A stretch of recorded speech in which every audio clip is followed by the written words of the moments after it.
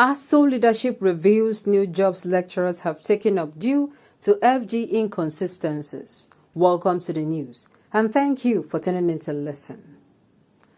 Some lecturers across the country have laid heavy allegations against the federal government of Nigeria. The lecturers under the Academic Staff Union of Universities said the government has turned their colleges to cab drivers and farmers. Wow. Wow. Oh. Sincerely, is this supposed to come like a shock to us? No. But what do you expect from a country that borrows to fund a project that is not going to yield them revenue? You are borrowing to fund a project. Sincerely, there is a news that is flying around social media. That's Desiani. We all know the Desiani now. Desiani is now a name in Nigeria that whenever you call, you say, that woman. You know, she is said to have looted a lot of our wealth. Nigerians' wealth. What that would have used to prevent all the people who have died via healthcare system. Those who have been to hospital and hospital do not have necessary equipment. The money that would have been used to do our roads. Many roads have taken people's lives. The money that would have been used to make our youth better, creating jobs for them.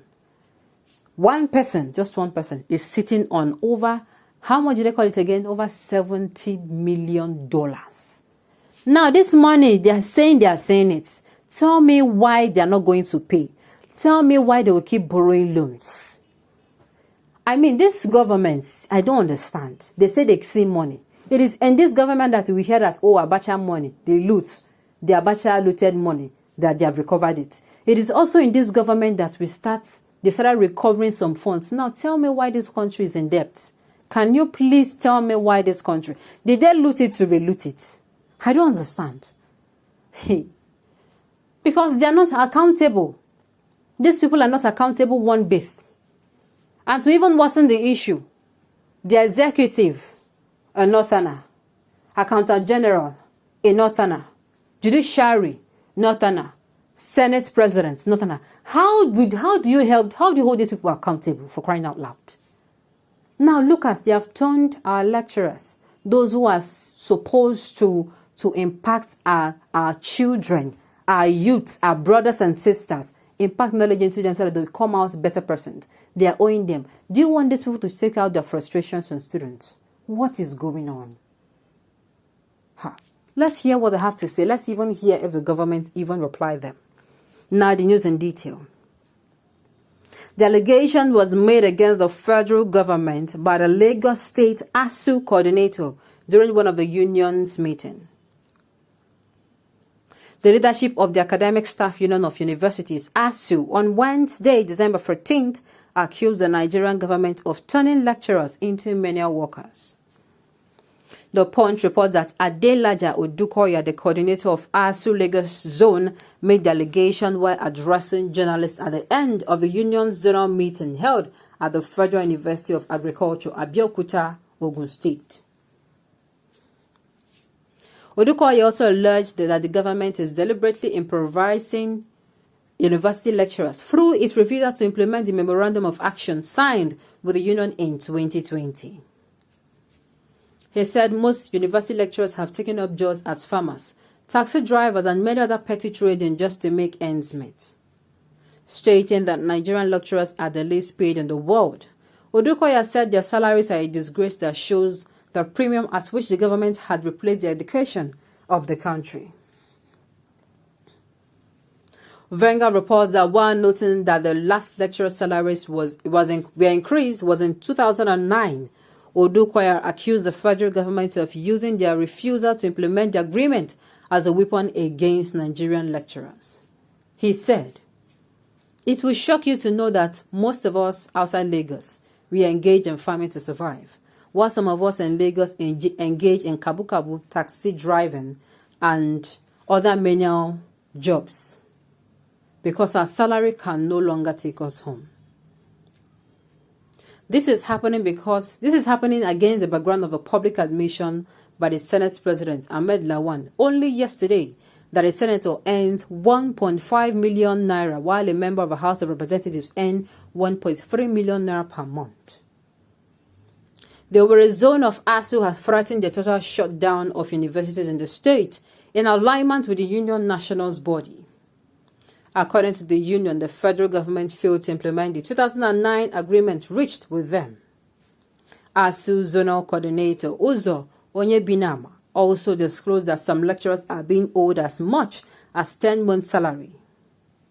Also on Tuesday, November 16th, Asu's president Emmanuel Osedike has been summoned over the recent strike threat issued. Osedike's presence was requested by Femi Gbajabiamila, the Speaker of the House of Reps, along with the Ministers of Finance and Education. Asuu had earlier given the federal government a 3-week ultimatum over its failure to implement this agreement it signed. Can you imagine? The Senate President Ahmad Lawane came out, I think 2 days ago or 3 days ago, to say that they earn only 1.5 million naira and monthly, and a member of the House of Reps earn 1.3 million. And these people, I keep asking myself, what do? They seem not to be doing too much for us. Because if you listen to the news and you're following what is happening in this country, you will hear that these people called the Senate, they pass any bill that comes to them. Any bill the president throws at them or the executive throws at them, because they are the legislators. The senators are the legislative arm of government. Okay, fine. They pass any bill given to them. Loans, now these loans that we keep hearing, it is because the legislative body passed it. What is their job there? They're not regulating anything. They're not helping the executive to checkmate their excesses. What exactly are they doing? And they're collecting 1.5 million. I do not know if their allowances are still intact, because there was a time that they had wardrobe allowance, transport allowance, food allowance, and all this kind of allowance. I do not know if it is still now. Now, a lecturer they have been owing them for 10 months. Did you hear that? 10 months. Some of them says since 2009, that was then they reviewed their salary last. Like, what kind of a country is this? And things have gone haywire. Will you compare the situation of 2009 to what we are seeing here in Nigeria now? Things have changed. In fact, prices of goods and commodities have increased 10 times, if not over. And yes, people's salary are not being increased. We have not gotten to the point of bare basic salary.